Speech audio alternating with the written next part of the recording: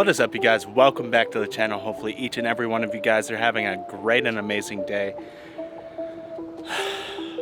We got problems with the Roush. I don't know if you guys saw the last video, but if you have, you would have noticed that we're running lean. Essentially, I went to race a CTSV, and before the race even happened, I noticed we were running lean, and I'm hoping that it's the O2 sensors. We already went and checked all the vacuum, no such luck. So we're having bank one issues. So we got the driver's side O2 sensor right here. I'm about to install it, hoping that fixes the issue. If not, we're gonna have to check the pumps, see if that might be the issue. I don't personally think that's the issue. I swapped over to 91, still having the same issue. As far as troubleshooting wise, I'm stuck. The only thing that I can think is the O2 sensor on the driver's side, because it is bank one that's having an issue. Fuel trims are all over the place, of course. And what else? The alternator's going out. So I got one of those coming. That could be the issue as well, I guess, if the car's not getting enough power. But with that being said, we are going to jack up this car, get under it, swap out that O2 sensor, cross our fingers, say a prayer, and hopefully it fixes our issue. Alright guys, since the O2 sensors did not fix my issue, I decided to monitor my fuel pressure in the fuel pumps, and at idle it looked okay. But as soon as I went wide open throttle, it would drop to like 14, which is a big concern. So I did a little pull, sent it over to my tuner, and he believes that my fuel pumps are either, one of them's either out or they're both completely on their way out. So I'm gonna pull the fuel pumps right now. I already got the back seat out. So as I mentioned, I did pull out the rear seat here, and the fuel pump's located right under the seat, so it's pretty easy to get to. While I'm back here, I'm going to double check all the wiring, make sure nothing ripped, make sure everything is still good. There's the module over there. Fuel pump sits right under this hat, so it's pretty easily accessible. I'm going to disconnect the battery, then get to work. Alright, so I believe I found the problem. I believe it is the pump. I got them pulled out already. Both of the filters are gray on the bottom, indicating that most likely they are burnt out. So I'm gonna send them off to PK Auto Restyling. He's gonna hook it up, get the proper pumps in there. Right now it's a 267 and a 285. I believe we're gonna upgrade to a 274, 285. So a little bigger, a little more flow. They were E85 compatible. For some reason, they just burnt out. So with that being said, I will ship them out. Let me show you the pumps, and I guess it's just a waiting game from here. The car should be down for approximately 1 week. So here's the pumps. I was skeptical with it even being a 4 system, because you guys know the whole story where that shop just completely screwed me. There's the filters on the bottom. It appears to be out, so we're gonna ship it out. All right, we got the new pumps back, and we upgraded to a 285, 274. All right, guys, so the pumps are now installed, and the car seems to be running okay. AFRs seem to be good. Fuel trims seem to be good, so only time will tell at this point.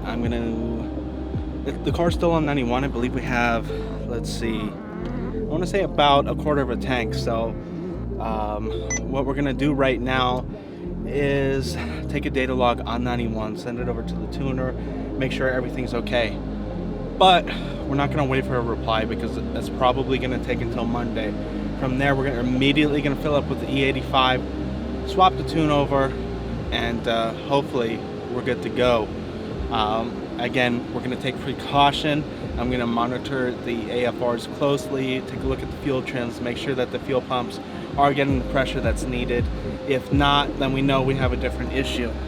And for some reason, I am roasting myself with the heater right now because I had the battery disconnected for a period of time. So that's where we're at right now. Hopefully, fingers crossed, saying a prayer that it was only the pumps and we don't have any other issues, because I would hate to spend almost $1,000 on pumps and it not solve my issues. So with that being said, I am going to drive the car and monitor the AFRs very closely, and from there I guess we'll see if our problem is fixed. For now, we're going to switch over to the GoPro and you'll see my point of view. All right, guys, hopefully you can see that this is the stuff that we want to be monitoring. It's a little concerning because the STFT1s are off from the STF2s. This would drop down to 19 under wide open throttle, which is not a good thing. We would want it to be around 80 to 90. And then of course we want the AFRs to be dropping under wide open throttle instead of going up. As soon as we see it go up, we let out, because that means we're leaning out. So far I've been driving the car, no codes. That's a good sign. I mean, the last thing I want to see right now is a code, so I guess we're about to find out. There's a road right over here that's pretty straight with no traffic. I'm just gonna do a little baby pull. Actually, let me start monitoring it and logging it for regular driving.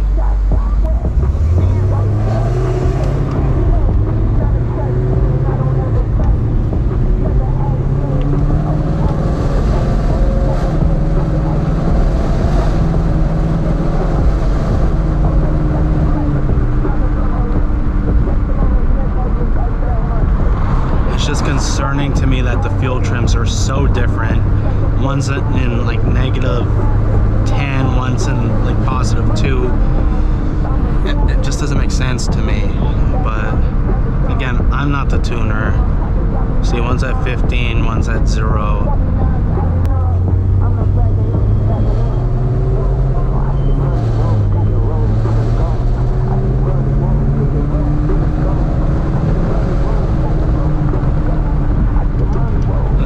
Baby hit.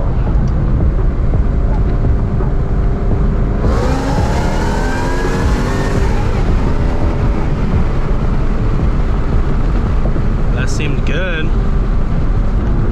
Seemed real good. Obviously we weren't in power band or anything. We'll try one more.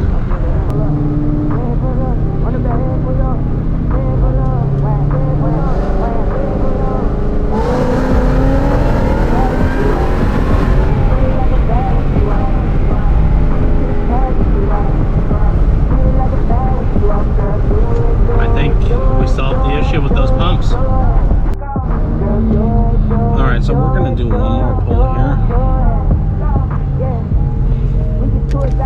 We'll roll up the windows. I want you guys to hear this whine too.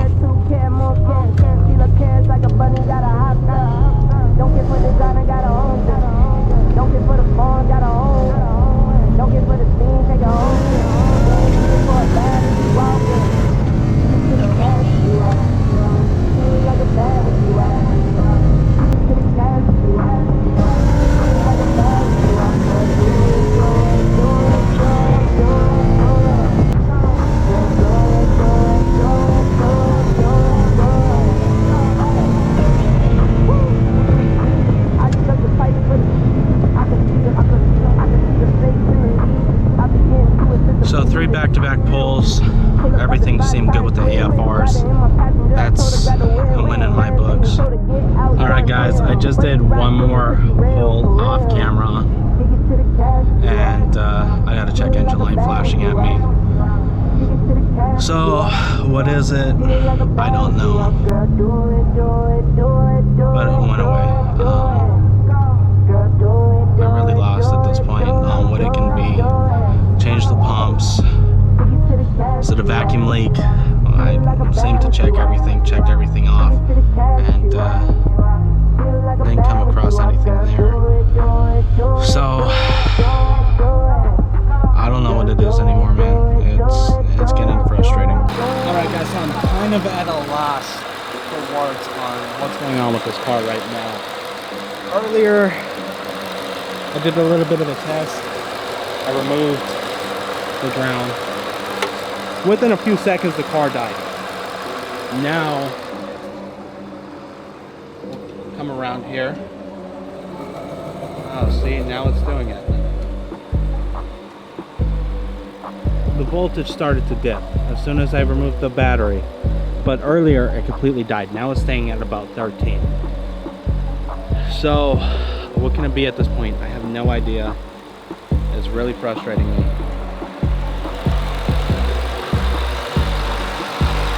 try turning off the car, restarting it, seeing if we have the same issue. So again, I just restarted the car. Let's give this a shot. No change in idle.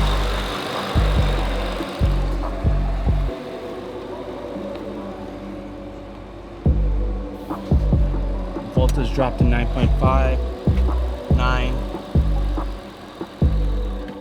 and it turns off. No idea. All right, guys, sorry if there's a bunch of background noise. There's a car wash going on right now, but I believe I found the issue. I believe it was a loose ground or power wire to the alternator. Been driving the car now after a couple of pulls after switching over to the E85 tune, and honestly, I haven't had much of an issue ever since switching over. So voltage seems fine. Earlier I did disconnect, excuse me. As I was saying earlier, I did disconnect the battery while the car was running, and it shut off twice on me. So I do have an alternator coming. I got the upgraded Ford Performance one, so either way the alternator is getting swapped out, so that eliminates that issue.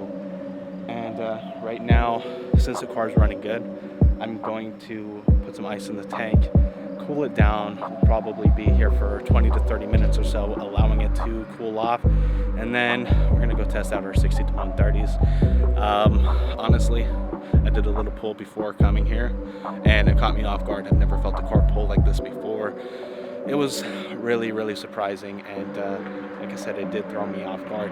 It sat me back in my seat. It kind of scared me a little. I wasn't expecting it. So we're gonna check the 60 to 130s. Hopefully we're mid 5 seconds. With that being said, guys, I'm gonna put this down. The next clip that you guys are gonna see is going to be on the GoPro and the draggy.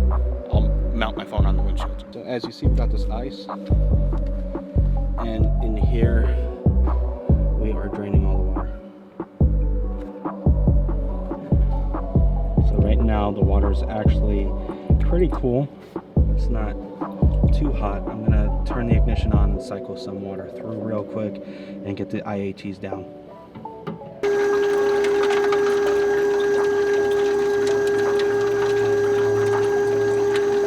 All right, so we are iced down. The IATs are dropping. They're down to 109 right now. It's 80 degrees out. Let's see what the 60 to 130 can do. I don't know if I gave it enough time to ice down, but should be enough for one run.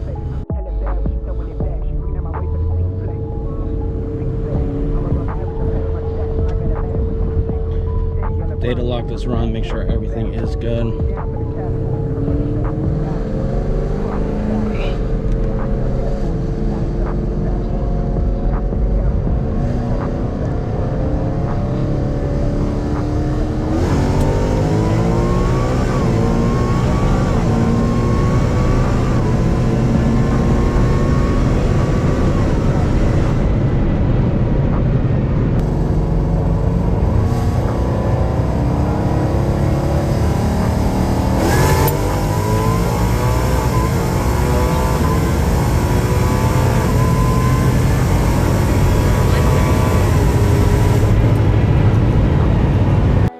Alright guys, so it looks like we have a ground issue with the car.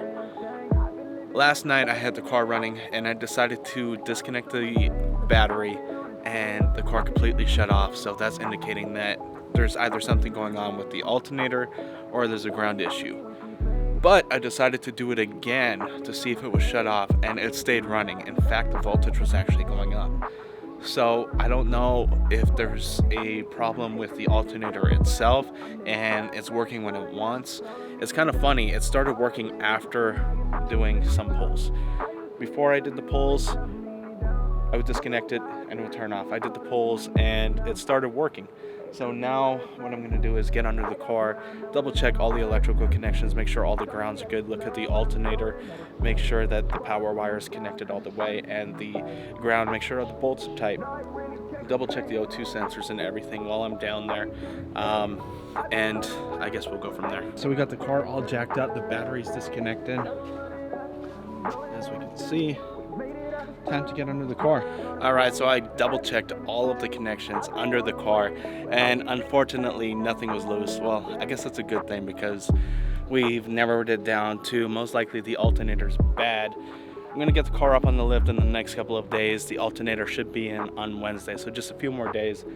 And at the same time, we're gonna change out the spark plugs and do a couple of other little minor things. Killer chillers going in, assuming that all the parts come in for it. And besides that, there's nothing really I could do to the car from here. It just needs to get up on the lift so we can thoroughly inspect all of the electrical connections, make sure that there's no grounds that are loose. From what I can see, just being under the car, everything looked good. So who knows? I don't know what's going on with the car at this point. I believe it's the alternator. I guess it could be the battery, but I very seriously doubt so. It's a brand new battery in the car. The shop that my car was at last time, they stole my stock battery. So this is a brand new battery that's in the car. I got the air box off and stuff right now. I'm gonna put that back together. With that being said, guys, that's gonna do it for this video. To recap, I did the O2 sensors, I did the pumps, vacuum leak test, checked all the electrical connections, everything. So hopefully you guys enjoyed this video. If you have, go ahead and smash that thumbs up button. Drop a comment in the comment section below. Help me out. Let me know what you think is wrong with the car. And of course, guys, if you're new to the channel and you haven't subscribed yet, what are you waiting for? Make sure you smash that subscribe button. Until next time, I'm checking out.